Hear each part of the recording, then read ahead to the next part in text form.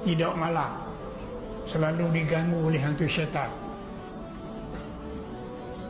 Tidak malam ada gangguan begini, baca untuk menyelamatkan diri kita daripada gangguan. Bacalah bismillah sebanyak 41 kali. Bacalah bismillah sebanyak 41 kali. Jangan lebih dan jangan kurang. Sudah baca, jangan bersembang lagi, jangan bercakap lagi, lena selalu.